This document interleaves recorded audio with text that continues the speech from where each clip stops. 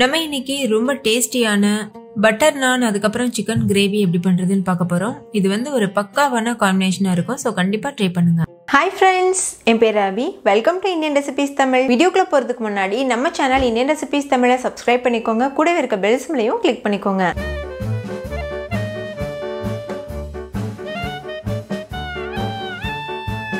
First chicken gravy ready பண்ணிடலாம். First இந்த recipe பண்றதுக்கு ஒரு கடாயில் 1 டீஸ்பூன் மிளகு சேர்த்துக்கோங்க, 1 டீஸ்பூன் சோம்பு சேர்த்துக்கோங்க. கூடவே 4-5 கிராம்பு, 2-3 பட்டையும் சேர்த்துருங்க. 4 ஏலக்காய் சேர்த்துக்கோங்க, 1 அன்னாச்சி பூ. இதெல்லாம் சேர்த்துட்டு இது கூடவே ஒரு அரை கப் அளவுக்கு துருவின தேங்காய், 2 டேபிள் ஸ்பூன் எண்ணெய் இதெல்லாம் சேர்த்து ஸ்டவ்வை ஹை ஃப்ளேமில் வச்சு இது நல்லா வறுத்துக்கோங்க. எந்த அளவுக்கு வறுக்கணும்னா தேங்காயோட கலர் நல்ல ஒரு கோல்டன் ப்ரௌன் கலரில் மாறணும், அது வரைக்கும் வறுத்துக்கோங்க. இது கூடவே ஒரு கொத்து கருவேப்பிலையும் சேர்த்துருங்க. கருவேப்பிலை சேர்த்து நம்ம வந்து வறுத்து அரைச்சி பண்ணும்போது ரொம்ப டேஸ்டியாக இருக்கும், வாசனையாக இருக்கும். ஸ்டவ்வை இடையிடையில மீடியம் ஃப்ளேமில் ஹை ஃப்ளேமில் மாற்றி மாற்றி வச்சு வறுத்துக்கோங்க. இப்போ தேங்காயோட கலர் பாருங்கள் எந்த அளவுக்கு சேஞ்ச் ஆகிருக்கு. இந்த ஸ்டேஜில் ஸ்டவ் ஆஃப் பண்ணிவிட்டு இது முழுமையாக ஆற வச்சுருங்க. நல்லா ஆறினதுக்கப்புறமா ஒரு மிக்சி ஜாரில் சேர்த்துருங்க. இது கூடவே 1 டீஸ்பூன் மஞ்சள் தூள், 2 டேபிள் ஸ்பூன் அளவுக்கு மிளகாத்தூள், 4 டேபிள் ஸ்பூன் அளவுக்கு மல்லித்தூள் இதெல்லாம் சேர்த்துக்கோங்க. நீங்கள் காரம் உங்களுடைய சுவைக்கு தகுந்த மாதிரி சேர்த்துக்கலாம். இது கூடவே தேவையான அளவு உப்பு சேர்த்து 2-3 சின்ன வெங்காயம் சேர்த்துக்கோங்க. ஃபைன் பேஸ்ட்டாக அரைச்சி எடுத்துக்கோங்க. ஸ்டார்டிங்கில் தண்ணி சேர்க்கக்கூடாது. ஒரு டைம் அரைச்சிட்டு தேவையான அளவு தண்ணி சேர்த்து இந்த அளவுக்கு பேஸ்ட் போல் அரைச்சிக்கோங்க. இப்போ இந்த மசாலா விழுது தயாராகிருச்சு. இது ஒரு உரமாக இருக்கட்டும். ஹோம்மேட் மசாலாஸ்லாம் நம்ம சேனலில் ஆல்ரெடி அப்லோட் பண்ணியிருக்கேன், அதெல்லாம் செக் பண்ணி பாருங்கள், உங்களுக்கு யூஸ்ஃபுல்லாக இருக்கும். அடுத்து ஒரு கடாயில் 2 டீஸ்பூன் எண்ணெய் சேர்த்துட்டு ஒரு பெரிய சைஸ் வெங்காயத்தை இது போல் அரிஞ்சிட்டு சேர்த்துக்கோங்க. இதில் கொஞ்சமாக உப்பு சேர்த்துட்டு வெங்காயத்தை நல்லா வதக்கிக்கோங்க. நான் இப்போ செய்கிற குழம்பு வந்து 3 பேர் தாராளமாக சாப்பிட்லாம். நீங்கள் அதிகமாக ப்ரிப்பேர் பண்ணுறீங்கன்னா குவான்டிட்டியை வந்து அப்படியே அதிகப்படுத்திக்கோங்க. ஸ்டவ் வந்து மீடியம் ஃப்ளேமில் வச்சுக்கோங்க. வெங்காயம் கலர் சேஞ்ச் ஆகி வரணும். இப்போ பாருங்கள் வெங்காயம் முழுமையாக வதங்கிட்டு நல்லா டிரான்ஸ்பரண்ட்டாக இருக்குது. இந்த அளவுக்கு வதங்கினா போதும். அடுத்து இது கூட 1 டேபிள் ஸ்பூன் அளவுக்கு இஞ்சி பூண்டு விழுது சேர்த்துக்கோங்க. சேர்த்துட்டு இஞ்சி பூண்டோட பச்சை வாசனை போகிறது வரைக்கும் நல்லா வதக்கிக்கோங்க. இப்போ பாருங்கள் இஞ்சி பூண்டோட பச்சை வாசனைலாம் போயிடுச்சு. அடுத்து இதில் 2 கொத்து கருவேப்பிலை சேர்த்துக்கோங்க. கருவேப்பிலை சேர்த்து பண்ணும்போது நல்ல ஒரு ஃப்ளேவரோடு இருக்கும். இப்போ இதை ஒரு டைம் நல்லா கலந்துட்டு இது கூட 2 பச்சை மிளகாவை கட் பண்ணிட்டு சேர்த்துக்கோங்க. 1-2 கட் பண்ணி சேர்த்துக்கோங்க, இல்லைன்னா ரொம்ப காரம் ஜாஸ்தி ஆயிரும். ஸ்டவ் வந்து மீடியம் ஃப்ளேமில் வச்சுட்டு இது நல்லா வதக்கிக்கோங்க. அடுத்து இதில் ஒரு பெரிய சைஸ் தக்காளியை இந்த மாதிரி கட் பண்ணிட்டு சேர்த்துக்கோங்க. தக்காளி ரொம்ப சின்னதாக இருந்ததுன்னா 2 சேர்த்துக்கோங்க, கரெக்டாக இருக்கும். தக்காளி நல்லா சாஃப்டாக வர வரைக்கும் வதக்கிக்கோங்க. தக்காளி பாருங்கள் நல்லாவே சாஃப்டாக வதங்கி வந்திருக்கு. இப்போ இதில் அரைச்ச விழுது சேர்த்துக்கோங்க. சேர்த்துட்டு இது நல்லா கலந்துக்கோங்க. நம்ம ஏற்கனவே இதில் மசாலா ஐட்டம்ஸ்லாம் சேர்த்து தான் அரைச்சிருக்கோம். ஸோ இப்போ நம்ம தனியாக எதுவும் சேர்க்க தேவையில்லை. இந்த விழுதை சேர்த்துட்டு ஸ்டவ்வை மீடியம் ஃப்ளேமில் வச்சு இது நல்லா மிக்ஸ் பண்ணிக்கோங்க. இப்போ தேவையான அளவு தண்ணி சேர்த்துக்கோங்க. நான் மிக்சி ஜாரில் கொஞ்சமாக தண்ணி சேர்த்து அலசிட்டு அதை சேர்த்துருக்கேன். கிரேவி உங்களுக்கு எந்த அளவுக்கு திக்காக இல்லைன்னா தண்ணியாக வேணுமோ அதை பார்த்துட்டு நீங்கள் தண்ணி அதிகமாகவோ குறைவாகவோ சேர்த்துக்கலாம். சேர்த்துட்டு நல்லா கலந்துருங்க. கலந்துட்டு ஹை ஃப்ளேமில் வச்சு ஒரு கொதி வர வரைக்கும் வெயிட் பண்ணுங்க. நல்லா கொதிச்சு வரும்போது வாஷ் பண்ணி வச்சுருக்க சிக்கன் சேர்த்துருங்க. நான் 1/2 கிலோ அளவு சிக்கன் சேர்த்துருக்கேன். சிக்கன் சேர்த்துட்டு நல்லா மிக்ஸ் பண்ணிக்கோங்க. நல்லா கலந்ததுக்கப்புறமா மூடி போட்டு மூடிட்டு ஸ்டவ்வை மீடியம் ஃப்ளேமில் வச்சுட்டு 20-25 நிமிஷம் வரைக்கும் வேக வச்சுக்கோங்க. நல்ல எண்ணெயெல்லாம் பிரிஞ்சு வரணும். அதே சமயத்தில் சிக்கன் முழுமையாக வெந்திருக்கணும். இப்போ ஒரு 25 நிமிஷம் ஆகியிருக்கு. சிக்கனும் நல்லா வெந்திருக்கு. எண்ணெயெல்லாம் பிரிஞ்சு குழம்போட கன்சிஸ்டன்சியும் சூப்பராக இருக்குது. ஃபைனலாக இதில் கொஞ்சமாக கொத்தமல்லி இலை தூவிட்டு நம்ம சர்வ் பண்ணிடலாம். குழம்போட சூடு ஆறி வரும்போது இன்னுமே கொஞ்சம் நல்லாவே திக்காகும். ஸோ வெதுவெதுப்பான சூடு வரும்போது சர்வ் பண்ணுங்கள், கரெக்டாக இருக்கும். நீங்களும் கண்டிப்பாக இதே மெத்தடில் ட்ரை பண்ணி பாருங்கள். ஒயிட் ரைஸ் கூட, அதுக்கப்புறமா இட்லி, தோசை, சப்பாத்தி எல்லாத்துக்கூடமே பக்காவான காம்பினேஷனாக இருக்கும். அடுத்தது பட்டர் நான் எப்படி செய்கிறதுன்னு பார்க்கலாம். ஃபர்ஸ்ட் இந்த ரெசிபி பண்ணுறதுக்கு ஒரு அகலமான பாத்திரம் எடுத்துக்கோங்க. அதில் ஒரு சன்னி வச்சுட்டு 3 கப் அளவு மைதா சேர்த்துக்கோங்க. நீங்கள் மைதாக்கு பதிலாக கோதுமை மாவு யூஸ் பண்ணலாம். பாதி மைதா பாதி கோதுமை மாவு அப்படி கூட யூஸ் பண்ணலாம். இது கூட 1 டீஸ்பூன் அளவு பேக்கிங் பவுடர், 1/2 டீஸ்பூன் அளவு பேக்கிங் சோடா சேர்த்துக்கோங்க. பொதுவாக நான் ரெசிபி வந்து ஈஸ்ட் யூஸ் பண்ணி பண்ணுவாங்க. நிறைய பேருக்கு ஈஸ்ட் கிடைக்காது. அதனால நான் வந்து பேக்கிங் பவுடர் பேக்கிங் சோடாலாம் யூஸ் பண்ணி காமிச்சிருக்கேன். இது கூடவே 1 டீஸ்பூன் உப்பும் சேர்த்துட்டு இது நல்லா ஜலிச்சுக்கோங்க. நல்லா ஜலிச்சதுக்கு அப்புறமா நடுவில் இந்த மாதிரி குழி பறிச்சுக்கோங்க. இப்போ இந்த மாவு ஒரு ஓரமாக இருக்கட்டும். அடுத்து ஒரு சின்ன பவுல் எடுத்துக்கோங்க. அதில் 1 கப் அளவுக்கு காய்ச்சி ஆற வச்ச பால் சேர்த்துக்கோங்க. முழுமையாக ஆறக்கூடாது, கொஞ்சம் வெது வெதுப்பாக இருக்கணும். அந்த மாதிரி சூட்டில் இருக்கக்கூடிய பால் எடுத்துக்கோங்க.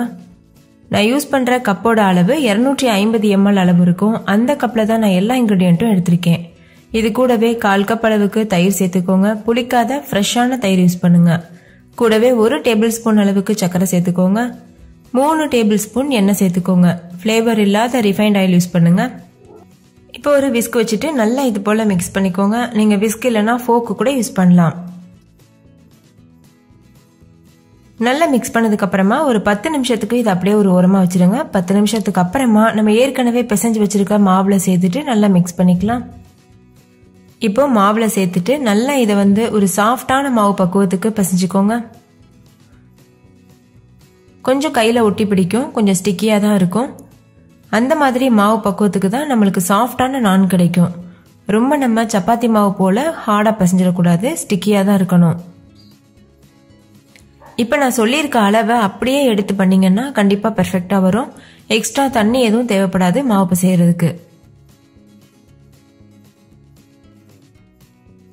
இப்போ பாருங்க மாவு நல்லா ஒன்று திரண்டு வந்திருக்கு. ஆனால் ரொம்ப ஸ்டிக்கியாக இருக்கு. இந்த ஸ்டேஜில் ஒரு ஃப்ளாட்டான சர்ஃபேஸ்க்கு இந்த மாவை மாற்றிக்கோங்க. நான் வந்து ஒரு ட்ரே யூஸ் பண்ணியிருக்கேன். நீங்கள் கிச்சன் கவுண்டர் டாப் கூட க்ளீன் பண்ணிவிட்டு யூஸ் பண்ணிக்கலாம். இப்போ கையை நல்லா வாஷ் பண்ணிவிட்டு நல்லா ஆயில் அப்ளை பண்ணிக்கோங்க. அதுக்கப்புறமா பிசைய ஆரம்பிங்க. பாருங்கள் இந்த மாதிரி கொஞ்சம் கூட கையில் ஒட்டக்கூடாது. அந்த பக்குவம் வர வரைக்கும் நல்லா இந்த மாதிரி பிசைஞ்சிட்டே இருக்கணும். ஒரு 10-15 நிமிஷத்துக்கு கைவிடாமல் நல்லா பிசைஞ்சிட்டே இருங்க. அப்போ தான் சாஃப்டான நான் கிடைக்கும். ஸ்டார்டிங்கில் கையில் ஒட்டுற மாதிரி இருக்கும். பிசைஞ்சிட்டே இருங்க. அப்போ வந்து அது நல்லா சாஃப்ட் ஆயிரும்.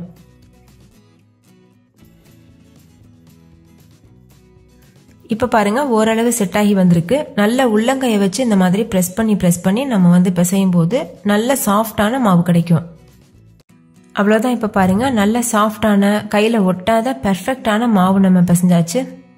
இதுதான் கரெக்டான கன்சிஸ்டன்சி. இப்போ இதை வேற ஒரு பாத்திரத்துக்கு மாற்றிட்டு மூடிட்டு ஒரு 2 மணி நேரத்துக்கு அப்படியே வச்சிடலாம். நல்லா 2 மணி நேரம் ஊறணும். இந்த மாவு எந்த அளவுக்கு ஊறுதோ அந்த அளவுக்கு நான் வந்து ரொம்பவே டேஸ்டியாக இருக்கும், சாஃப்டாக இருக்கும். ஏன்னா நம்ம இதில் ஈஸ்ட்டும் சேர்க்கலை. இதுக்கு மேலே காஞ்சிராமல் இருக்கிறதுக்காக கொஞ்சமாக எண்ணெய் அப்ளை பண்ணிவிட்டு மூடிட்டு நான் சொன்னது போல் 2 மணி நேரம் ஊற வச்சுருங்க. 2 மணி நேரத்துக்கு அப்புறமா பார்க்கலாம். இப்போ பாருங்கள் 2 மணி நேரம் ஆகியிருக்கு.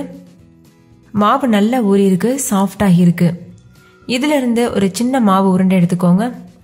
நம்ம நார்மலாக சப்பாத்திக்கு எப்படி எடுப்போமோ அதில் டபுள் த சைஸ் எடுத்துக்கோங்க. அதாவது 2 சப்பாத்தி அளவுக்கு மாவு எடுத்துக்கோங்க.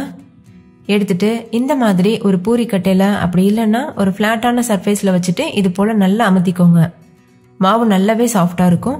நீங்கள் இதில் எண்ணெய் எதுவும் அப்ளை பண்ணணும்னு அவசியம் கிடையாது. நம்ம ஏற்கனவே எண்ணெய்லாம் சேர்த்துருக்கோம். அதனால் இந்த மாதிரி லேசாக அமுத்திட்டு பூரிக்கட்டை வச்சு நல்லா இது போல் திரட்டிக்கோங்க. அதோட திக்னஸ் வந்து ஒரு 1/2 இன்ச் அளவுக்கு இருக்கணும். இந்த மாதிரி ஷேப்பில் தான் நான் இருக்கும். கொஞ்சம் நீளமாக அன்ஈவனான ஷேப்பில் இருக்கும். அதனால் நம்மளுக்கு ஷேப் வந்து ப்ராப்ளம் இல்லை. இதுக்கு மேலே ஃப்ளேவருக்காகவும் பார்க்குறதுக்கு அழகாக இருக்கிறதுக்காகவும் கொஞ்சமாக கருப்பியல், அதுக்கப்புறம் கொஞ்சமாக வந்து கட் பண்ணின கொத்தமல்லி இலைகளும் சேர்க்கணும். கருப்பியல்ல இந்த மாதிரி தூவிக்கோங்க. சின்ன சின்னதாக கட் பண்ணின கொத்தமல்லி இலைகளையும் தூவிக்கோங்க. தூவிட்டு பூரிக்கட்டை வச்சு லேசாக இது போல் திரட்டிக்கோங்க. இந்த மாதிரி பண்ணும்போது எள்ளு அதுக்கப்புறம் இந்த கொத்தமல்லி இலைகள்லாம் கீழே விழாமல் இருக்கும். திரட்டினதுக்கப்புறம் பின்பக்கமாக இந்த மாதிரி திருப்பி போட்டுக்கோங்க. பாருங்கள் இந்த மாதிரி திருப்பி போட்டுட்டு இந்த பின் பகுதியில் கொஞ்சமாக தண்ணி வந்து அப்ளை பண்ணிக்கோங்க. எண்ணெய் கிடையாது, தண்ணி தான் அப்ளை பண்ணணும். ஒரு மெல்லிசான லேயருக்கு நீங்கள் தண்ணி அப்ளை பண்ணால் போதும். ரொம்பவும் தண்ணி நம்ம அப்ளை பண்ணிடக்கூடாது. அடுத்து ஒரு இரும்பு டவா சூடுபடுத்திக்கோங்க. அதில் இந்த மாதிரி நம்ம செஞ்சு வச்சிருக்க நானை சேர்த்துருங்க. நம்ம தண்ணி அப்ளை பண்ணோம்ல அந்த பகுதி அந்த டவாவில் ஒட்டி பிடிக்கணும். அதுக்கப்புறம் லேசாக இது போல் டேப் பண்ணிக்கோங்க. டவா வந்து நல்லா சூடாக இருக்கணும். அப்போ தான் நம்ம நான் வந்து நம்ம திருப்பி சுடும்போது கீழே விழாமல் இருக்கும். நான்ஸ்டிக் டவா யூஸ் பண்ணக்கூடாது. கண்டிப்பாக இரும்பு டவா தான் யூஸ் பண்ணணும். பொதுவாக நான் வந்து தந்தூர் அடுப்பில் அப்படி இல்லைன்னா அவனில் செய்வாங்க.